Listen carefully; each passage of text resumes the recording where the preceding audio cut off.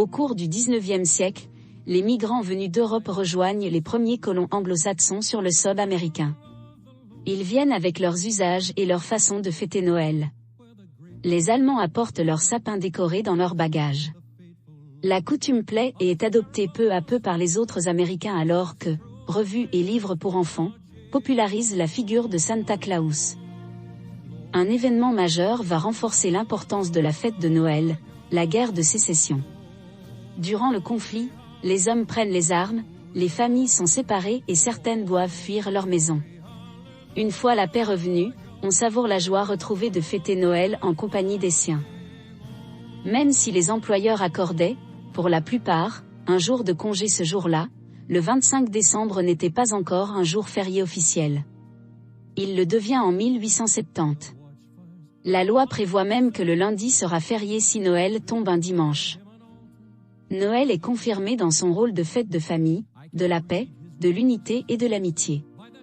Celle-ci se montre en offrant un cadeau ou en envoyant une carte de vœux. C'est également l'exaltation de la générosité.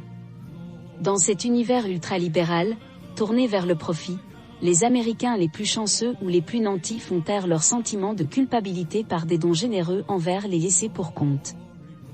Les elfes de Santa Claus sont devenus des ouvriers dévoués à la tâche œuvrant sans relâche à fabriquer des jouets pour leurs généreux patrons, image idéalisée d'une société industrielle.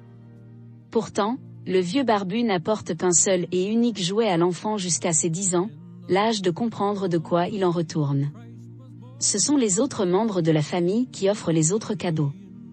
Le revers de la médaille, c'est le mercantilisme lié à cette fête qui sera très tôt dénoncé. Si Santa Claus récolte des aumônes pour les nécessiteux, la période des fêtes pousse à exploser son budget en cadeaux. Après la Seconde Guerre mondiale, la vision du Père Noël américain s'immisce dans l'espace public européen via les médias. Dès la fin du XXe siècle, les écrans sont davés de films et de téléfilms venus de l'autre côté de l'Atlantique qui imposent leur vision du personnage. Les bambins français des années 60 pensaient que le Père Noël vivait au ciel, dans les nuages. Aujourd'hui, tous le situent au pôle Nord, ou du moins dans le cercle polaire. L'envahissant Santa Claus a phagocyté les Pères Noël locaux qui eux-mêmes avaient déjà fait perdre du terrain aux figures plus régionales. La légende américaine déversée dans les foyers par la petite lucarne a déteint sur les contes contemporains, effaçant toute une richesse folklorique et à diversité culturelle.